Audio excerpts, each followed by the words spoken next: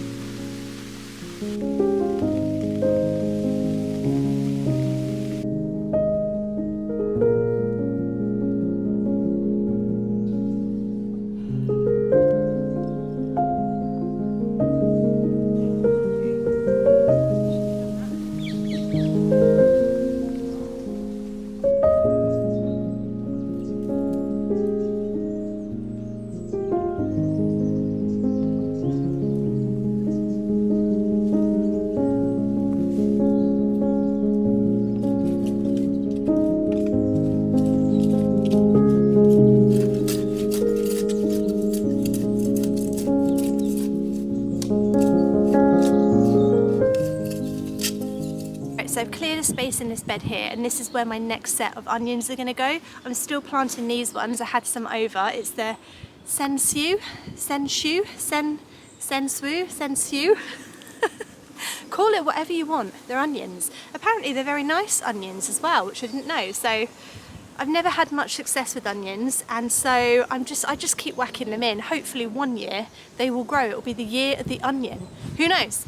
Couple of things about onions. Firstly, they don't like to sit in wet, boggy conditions, so it's a good idea to top up your bed with some fresh compost or add lots of organic natural material to your bed, which will help with the soil structure. It will help with the drainage because they just don't want to sit in anything wet and boggy.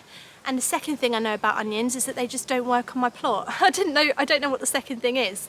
I don't know much about onions. That's all I do know. So I was going to top this bed up, but actually I think the soil's okay. Let me know what you think. I was going to tip a bag over, but you know what? It looks all right. It's a very nice colour, it's a very good texture. It's sort of breaking up in my hand. And considering that we've actually had quite a lot of rain recently, that's done all right, you know. So I think I'm going to put them straight into here in a row. I don't have that many left. Is that you, Einstein?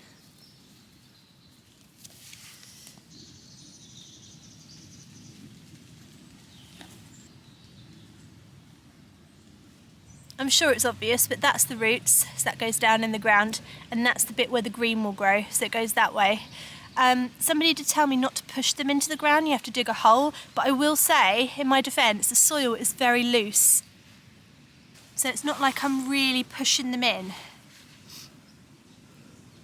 I'm very gently putting them in, so the roots are not getting damaged at all, I promise. But that's a really good piece of advice someone left, not to push them in. Don't damage the roots.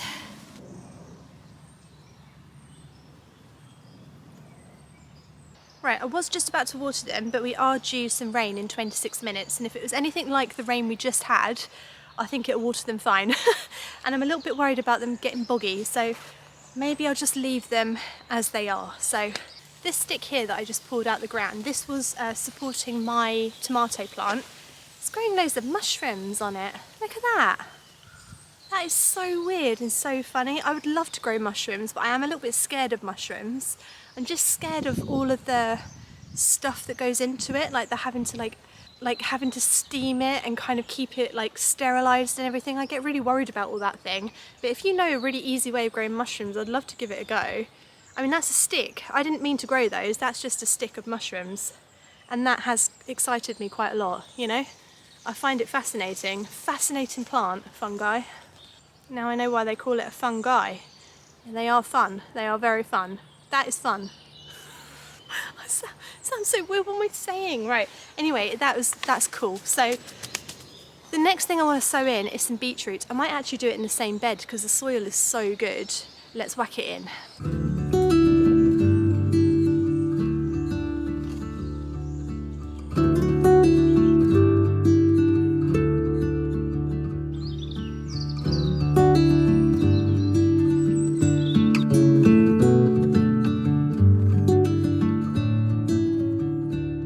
This is the beetroot. It's from Seedcraft, which is the subscription seed company that always send me lovely seeds.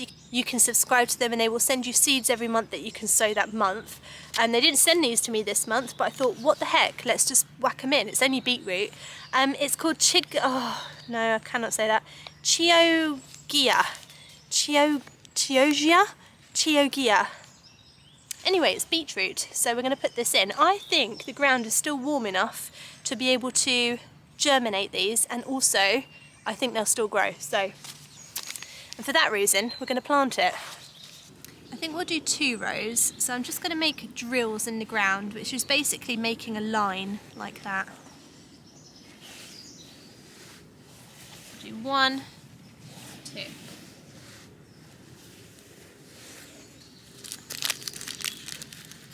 Alright, I'm going to get rid of my glove. It's a bit fiddly otherwise. Right, I'm going to pour the seeds onto my hand because it's always easier to sow out of your hand like this than it is out of a bag because you have more control. And I'm just going to take a pinch. Aren't they weird looking seeds? I've always thought that. These are some of the weirdest looking seeds. If I saw those in the wild, I think they were rocks, not seeds. They're very strange, but they are seeds. And then we just take a pinch and we're just going to lightly scatter like this. And then we'll re-scatter because we just assume they'll die. And then we'll do it here. You see the hand action I've got going on, like this. That's very professional, that is. I don't know why I do it, but it makes me feel very professional when I do that. I don't know why I wouldn't just drop them like that. It just feels better doing it like that. Right, there we go. That's far too thickly, but you know what, it doesn't matter because no one's here to judge. We're just gonna cover them up and then pat them down. And the reason I pat it is to make sure that the seed has really good contact with the soil. That's what it needs. And same with the next row. Pat, pat, pat, pat, pat, pat, pat, pat, pat, pat, done, sorted.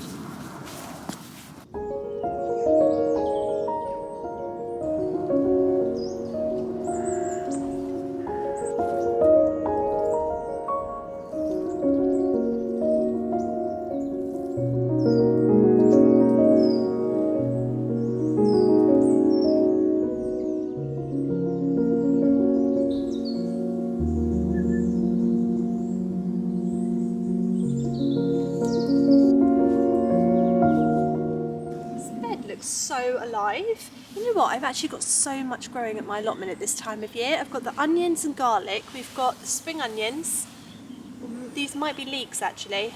Looking at them now, I think they might be leeks. Don't even know what they are, but they're growing.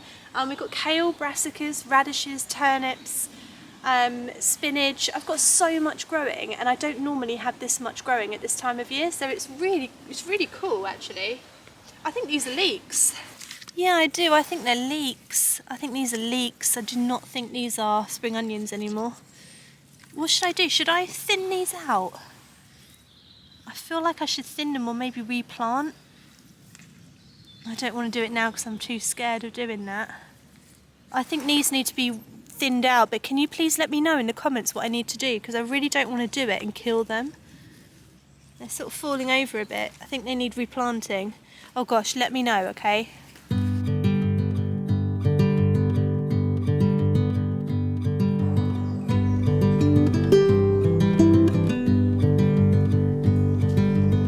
Where are my scissors?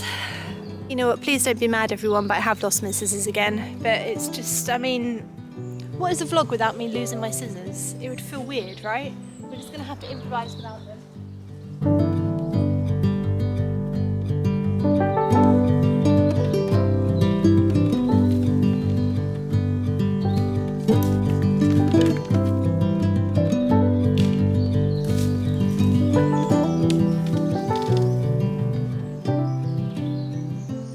That's not the best way to do that. I don't know what I'm doing. I must look like such a wally when I do this stuff. Someone was watching me right now. Honestly, what would they think? They'd think, why has she not got a pair of bleeding scissors? Is what they'd think. Where are my scissors? Oh, we're gonna have to use shears,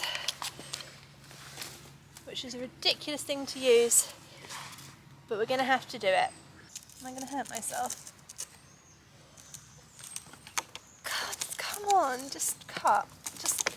We'll just undo the knots. Just undo the bleeding knots. Is that what you want us to do? Fine. We'll undo the knots, okay? Guys, I am just such a disorganised person. Like, I've always been disorganised, and I've just never sort of learned how to stay organised. I don't know why. I try really hard and it works for a little bit, and then I slip back into my old ways. I don't know how I've managed to keep these 2 allotment plots and to keep coming back and to keep growing every year. There must be something. I always think this. There's something about growing my own food, gardening, being out in nature that keeps me coming back, no matter how disorganised I am, no matter how frustrating I find it when I lose things or I just can't seem to do things properly when everyone else can. I keep coming back. There's just something about it here that just makes it feel worth it, you know? Like, I know it must be so frustrating for you to sit there watching me lose things and stuff, and you're probably just yelling at the screen every time. But like, I'm also so proud of myself for managing to achieve what I've achieved with my chaotic, crazy brain. And also do remember that you get to turn these off and go and live your organised life. I have to live with me. I have to live with this every day. So just, you know, sometimes just remember that. It's very hard being disorganised.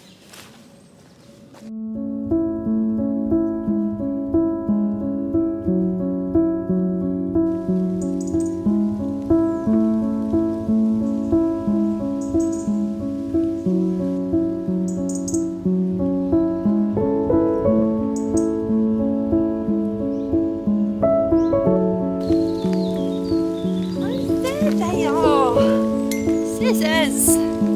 Where were you a minute ago, eh?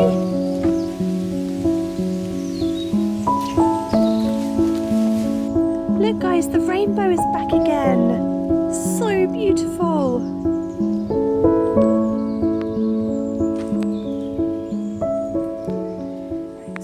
Right, so obviously a couple of vlogs back I did tell you that my potatoes got the dreaded blight, and they all have died. A lot of you are saying dig them up because the tubers underneath, the potatoes that are growing under the ground, might be okay. I don't think they will be.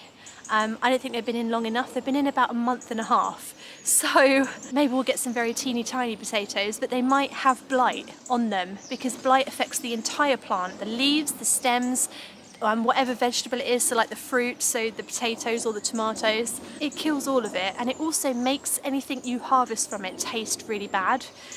So I'm not holding out much hope, but a lot of you did say to me, just dig them up, just have a look, see what's going on.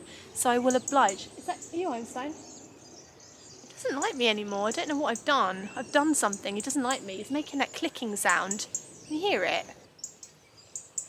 That's a robin warning sign. That's like the sound that they make to warn everyone that there's danger about. Am I danger? Is that me? Right, I've never pulled up potatoes that have had blight before, and these are obviously way too early as well, so this should be interesting. Let's see what we get. Okay, you know what? Not bad. It's definitely a potato. That's always a good start, isn't it, when it's a potato? Looks all right to me, you know. Yeah, okay. Okay. This one's a bit green. You see here it's got a bit green on the top. You cannot eat that. That is really bad. So that's a no-go. That's a dead potato. Bye-bye. It's definitely interesting as an experiment. So let's get this one up. Let's see what we have under here. No, teeny tiny. That's what I thought. Got anything else under here? Teeny tiny. Oh, hang on a second. What the heck? Actual potatoes. I'm so shocked. I'm so shocked. This is crazy. Why are there so many bleeding potatoes under here? Really good sizes as well. I am absolutely flabbergasted. Do you know what? I'm so shocked. I'm so shocked that I got anything from it, but you know what? These are a really good size. They're like new potato size. They look really good. They don't look damaged at all, but I don't know if maybe the blight's just not got to them yet. When did these go in? End of August these went in. We're now in the first week of October. That's like a month. They've been in the ground for a freaking month, and I got this many at this size. That's actually amazing. I can't believe it. All right, what do I do? What do I do? Do I cut my losses and pull them all up and then try planting some new ones? Or do I just leave them in the ground? Will they rot in the ground? I don't know. They don't have much like leaf to keep them going. Do you know what I mean? I don't know if they're going to grow anymore. I mean, amongst the weeds, you can kind of see them. This is what they look like. So what do I do? Do I leave them in the ground and see, or do I cut my losses and pull them all up? Please let me know. I'm honestly shocked. I was not expecting these to come out the ground. This is amazing. So I'll take these home and cook them. I'll let you know what they taste like. I expect they will taste okay because they look okay. So maybe it's not too late for the potatoes. Who knew?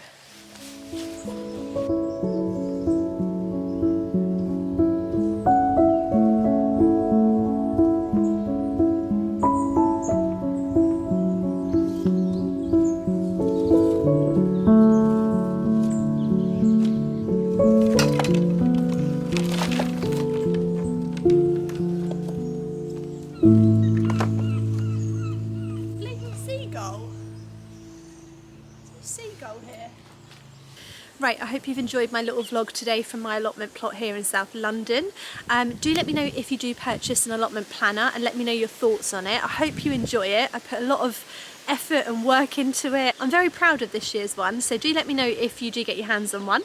And also give me your advice on the potatoes. Do I leave them or do I pull them? Please let me know in the comments below. I will see you again on Friday. Thank you so much for watching today. Sorry I keep clapping, I don't know why I'm doing that. I will see you on Friday. Thanks for watching, guys. Bye.